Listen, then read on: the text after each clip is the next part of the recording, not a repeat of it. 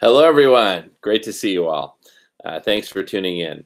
I want to give an updated introduction to radical collective intelligence and the big vision of it all as regards playing a major role in refreezing the Arctic and other solutions that we will implement over the course of changing our path, changing the trajectory of Mother Earth as regards the ongoing disasters of abrupt climate change, et cetera, et cetera. It's time to steer the ship onto a new course. And the very first objective, the most urgent of all, is refreezing the Arctic, which we need to do by this summer. So I'm going to do some screen sharing and give a little bit of kind of introduction to radical collective intelligence and specifically its role in all of this. Well, the big picture is that we urgently need a new level of thinking. To quote Albert Einstein, we cannot solve our problems with the same level of thinking that created them. And so we need a radically different and more powerful level of thinking, hence radical collective intelligence. And I'm going to give a brief introduction as to the methodology by starting with an example from brain swarming. So we incorporate brain swarming and a bunch of other different technologies into this new level of thinking. So let me show the brain swarming example. And please focus on the methodology, not so much on the example itself, as this is very much at the heart of radical collective intelligence. This is from Dr. Tony McCaffrey, as published on the Harvard Business Review website. Oh, whoops. All right, let me do a quick refresh here.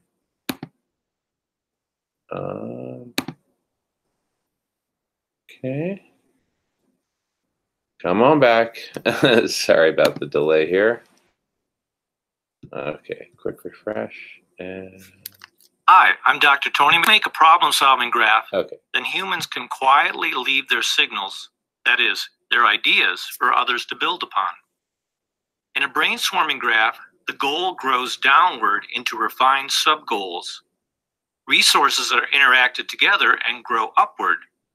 When the two directions connect, solutions start to emerge. Let's see how brainstorming would handle a classic management problem, like this real-life conundrum at the company Pacific Power and Light.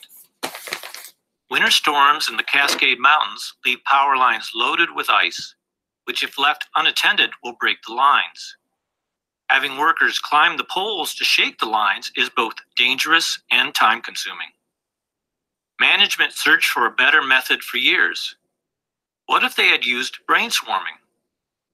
To start, they would simply place the goal at the top of the brainstorming graph and a few known resources at the bottom.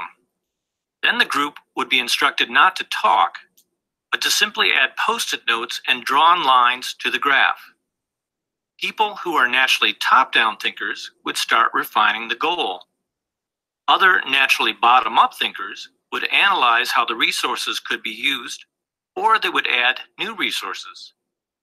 Pretty soon, the two directions would connect, an indication that the group is finding ways to use the resources to solve the problem. This figure shows a careful refinement of the goal, as well as Pacific Power and Light's actual solution of using the helicopter's downdraft to shake the lines enough to remove the ice. Other solutions are also shown, including using a helicopter to drop a de-icing agent onto the lines, and using the conducted electricity to generate enough heat to melt the ice on the outside of the lines. All right, so that's the core methodology of brain swarming, very ingenious. And so how do we apply that? Well, notice that brain swarming is applied to a very specific goal, like removing ice from power lines. Well, we have much broader goals, and I'm going to start with the broadest possible goal here on planet Earth, which is a whole world, a world that works, a world that's whole. And so we then break that down into a taxonomy. people and planet, wholeness for people, wholeness for the planet. Well, what does that mean? And here we have examples of the needs of people and the needs of planet. Whole, that the air be whole, the water be whole, the land be whole. Well, what does that mean?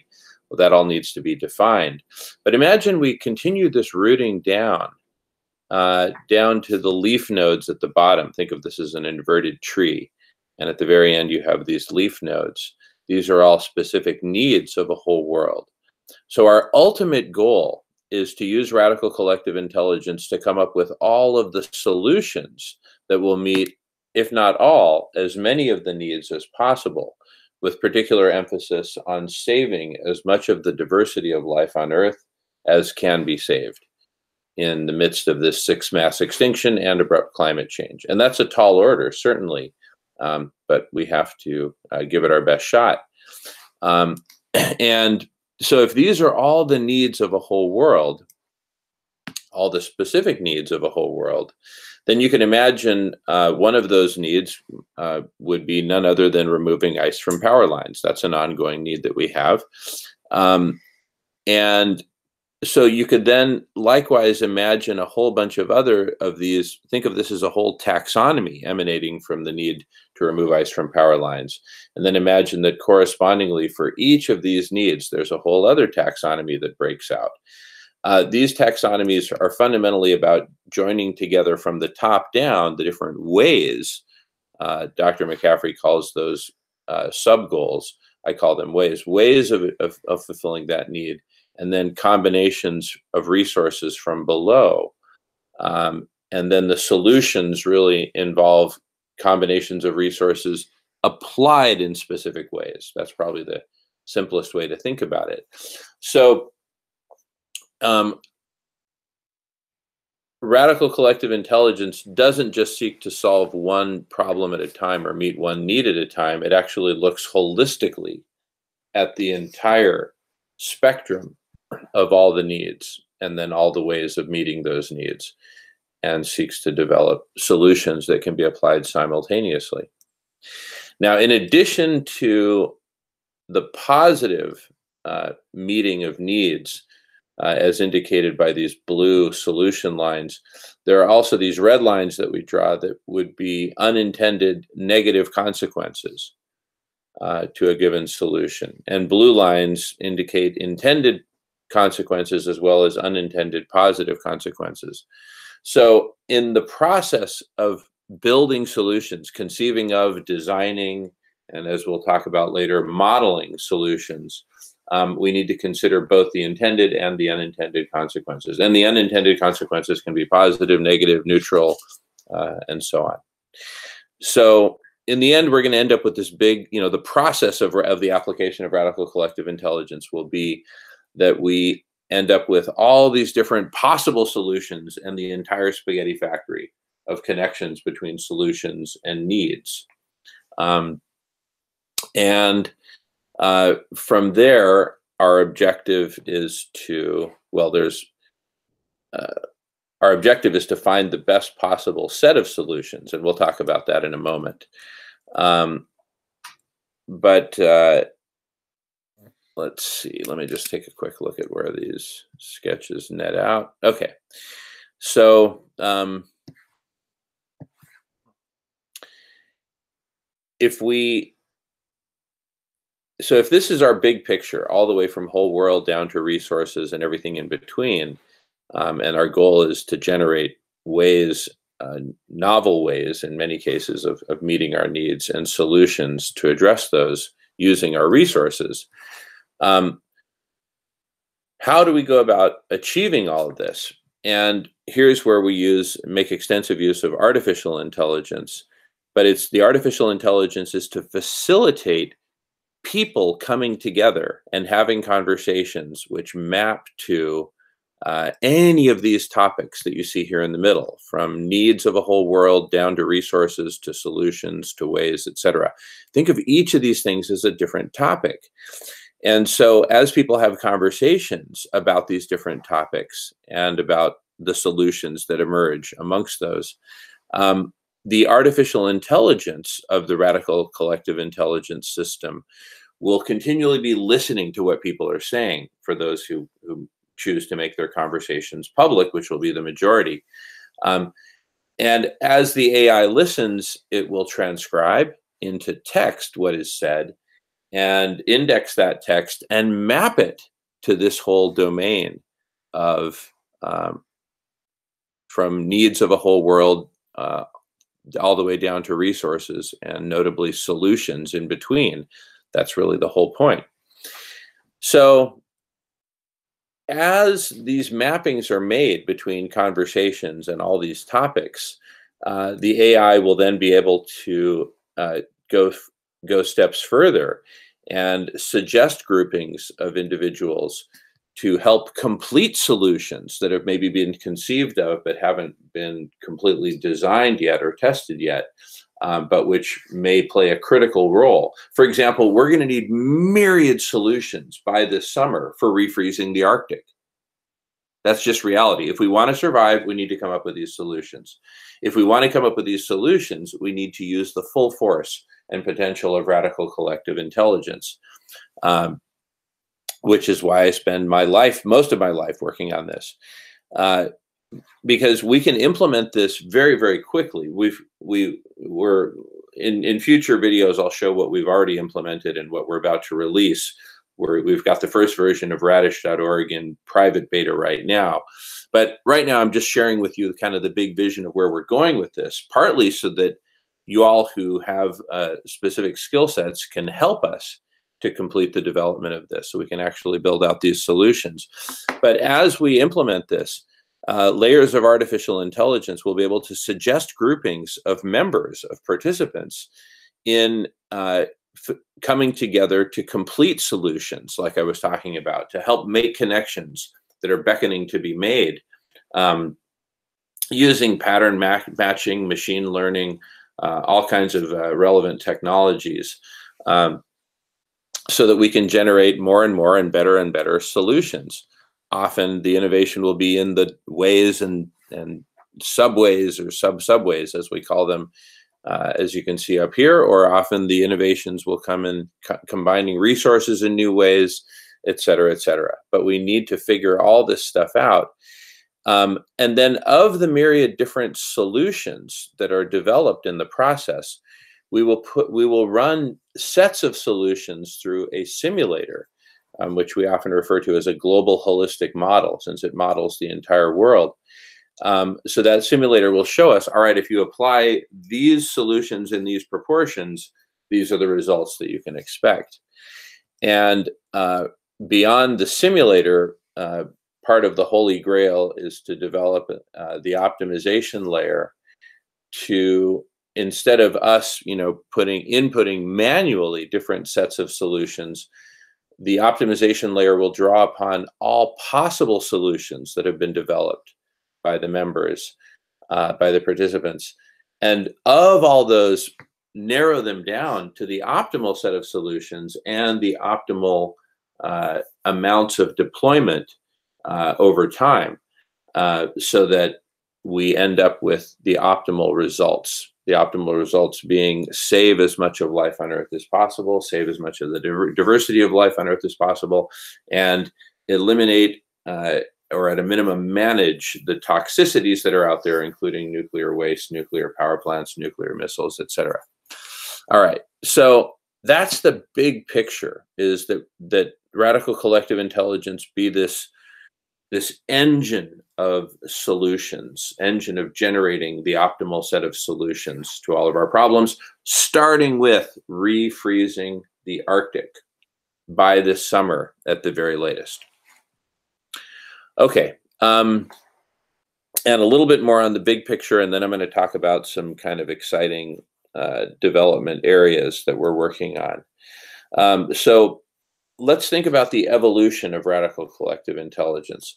Start off by thinking of the whole platform, as I'm describing here, as kind of like this blue box. That's the platform, basically the software and other information and communication technologies that comprise it, video conferencing, the artificial intelligence layers, all that. So that's all the technology. On top of that technology, an actual collective intelligence can form and build by the human participants. That's represented by this cartoon brain there. And over time, as more participants join and as more connections are made of the kinds I showed on the previous images, that intelligence grows and grows and grows. And as it grows, its growth will ultimately be limited by the quality of the platform, kind of like the size of a plant inside of a house is limited by the size of the pot.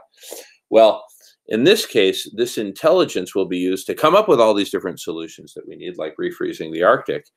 And it will also come up with, drumroll, the next generation of the platform of radical collective intelligence, which of course will be able to support a much larger actual intelligence, which will then be used for many things, including the next generation platform, which will support, oh my goodness, so much more intelligence. And so to put it in really dramatic terms, see, this is exponentially growing radical collective intelligence. And that's a pretty profound concept, of course, an exponentially growing intelligence. But because of the dangers, the extreme dangers of abrupt climate change and our myriad problems that we have on planet Earth right now, which are growing exponentially, we need an exponential contender. So not only a new level of thinking, but a level of thinking that can evolve exponentially to ultimately outpace abrupt climate change, right? So this is a cosmic game of chicken that is emerging between abrupt climate change and radical collective intelligence. So who's going to win? Well, it really depends on you. Are you ready to jump in and participate and help us make this a reality? And let me build on that with some other sketches, some stuff I've been working on just today. So in the middle here, this is kind of our core sort of solution, mapping engine, right? Where we map out all these different taxonomies, both in databases and also visually, so that people can interact with them and explore them and all that. And then you've got the conversational domain where people are meeting and having conversations about specific topics or groups of topics. So all the while that's happening, the radical collective intelligence will also be gathering a whole bunch of information and mapping that information to sort of what I call a tree of knowledge. I started drawing it down here, but then I ran out of room up top here. So that's why I've got this arrow going down over here. But anyway, at the very bottom, you've got, physics and math, basically just like the core pure, knowledge of, the natural world and how to express it mathematically. Atop that, you've got like chemistry, biochemistry, basically atoms coming together and forming the basis of life, among many other things. And then you've got the study of life and earth and geology and atmospheric sciences and all that good stuff. And then on top of that, ecology, agriculture, forestry. And then on top of that, the stuff that humans start to do with all those natural, resources. Engineering, mining, manufacturing, and then on top of that, the organization of the same into economics and sociology, culture, and then on top of that, the kind of the higher realms of philosophy and spirituality, etc. So think of that as a tree of knowledge. So think of any artifact, whether it's the conversation we're having right now, or a technical paper, or a book, or an article. All of that as being mappable to this tree of knowledge, right? So you can map anything, because the radical collective intelligence, it's going to slurp up all the academic journal articles that are ever peer-reviewed and published in all the journals, among many other things. But let's start with academic journal articles. Imagine that here in the middle of the screen where it says doc, it's a document, that's the article in question. Right. So imagine that radical collective intelligence, not simultaneously, but in different steps, maps that to, number one, the tree of knowledge. Where does this academic journal article fit within the tree of knowledge? So that's one mapping. And then a second mapping, very important, is mapping it to the growing body of solutions over here, whether the article is about a specific solution, whether it's about a new way of solving a problem or meeting a need, right? Or whether it's about the analysis of the needs themselves. What constitutes a healthy ocean? We know we're poisoning it, but what do we need to do exactly across multiple dimensions, et cetera, et cetera? Or does the journal article relate to these different layers of resources, as I'm calling them? Before, we had looked at just one layer, but we might have just like the raw material layer down here, and then materials that are derived from those, like steel and copper, up here, and then all the different inventions that can be made from those materials. So we can do very sophisticated mappings of information and knowledge to both the general tree of knowledge, as well as this radical collective intelligence's engine of solution generation over here. Okay, and then meanwhile, in terms of, remember I mentioned the global holistic model, right, where we simultaneously model all solutions.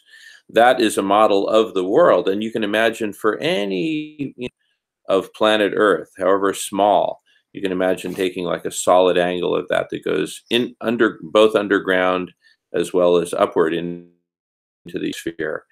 This portion of Mother Earth we can analyze from the perspective of all the information of the tree of knowledge, like what's its chemistry, what are the ecosystems that grow there, what's its geology, what human activity is there in the form of economy, of culture, psychology, what's their philosophy and belief systems. This is all relevant, right? Relevant to what? Relevant to myriad solutions that may need to be implemented exactly the portion on planet Earth, as well as adjacent, etc. But do you see how all of this together into a grand collection and organization of knowledge, by tree of knowledge, by geography, by solution, by resource, by needs of the whole world? And so through this process that we're in, and most of this is still in the envisioning stage. A lot of it is released in the private beta of radish.org, and will be released publicly soon in the coming weeks. But a lot of it is still in the envisioning stage. So we're simultaneously working on envisioning all this that we can do, as well as implementing it. So back to the document at hand. So you can imagine radical collective intelligence assimilating and mapping all this information from published documents, as well as from the ongoing conversations that are happening within Radish.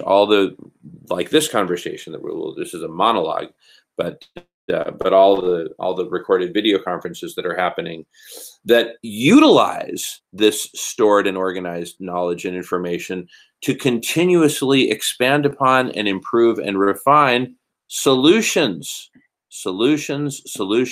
more solutions, better solutions, more and alternative ways of meeting specific needs of people and planet.